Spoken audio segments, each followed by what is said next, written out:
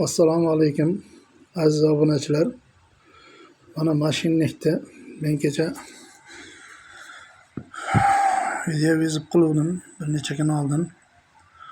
Bunga murojaat bilan chiqdim men. Ey, iltimos sendan nima bo'lishidan qat'iy nazar xalqni qarg'ama.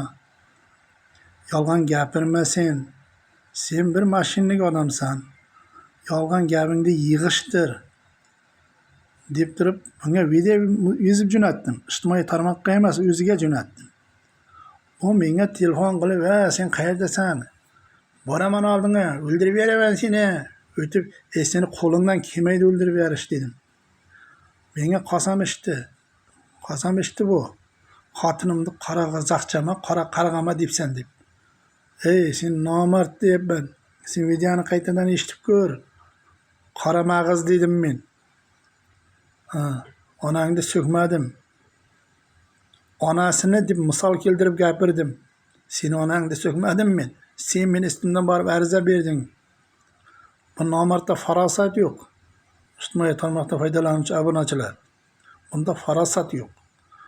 Bu nima ish qilib har kimga har qanday yolg'on gapirib, kalla joyida emas. Oldida borsangiz qo'l mashinada qaltirab, kalla bunday chayqaladi.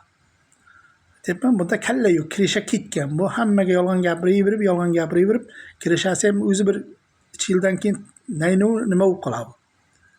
Toza kirisha ketib tamom bo'ladi-ku, ana shunday bo'lib qoladi. Chunki hammani aldab, kimga nima degan gapini anglalmaydi bu.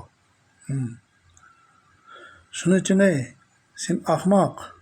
Sen bir gapni gapirishingdan oldin men seni xotiningga telefon qildim. Ey, shuni yonida o'tirdaginim eringga tushundir. Yolg'on gapini yig'ishtirsin. Yolg'on gap bitta yaxshilikqa olib kelmaydi dedim. Sen ham xotining ham tushunmadi meni gapimni. Yana menga o'dag'aylab, qayerdasan deb chiqding. Senda farosat bo'lganda, aka nima bunday qilyapsan? Jo'ra nima bunday qilyapsan? To'xta, bunday emas, bunday qilaylik. Bir o'tiraylik, mana bunday kelishamiz deb sen 2 yildan beri aldayapsan. 6 oy endi notarius kadastr qilaman deb sidirading. 6 oy kredit olaman deb. Endi yangangda o'lib ketgan akangni bir joyini olaman deb turib aldayapsan sen. Bilayapsanmi shuni? Aldayapsan. Senda umuman odamgarchilik, vijdon, aql degan narsaning o'zi yo'q. Senda aytayapman-ku, shuning uchun sen birov birini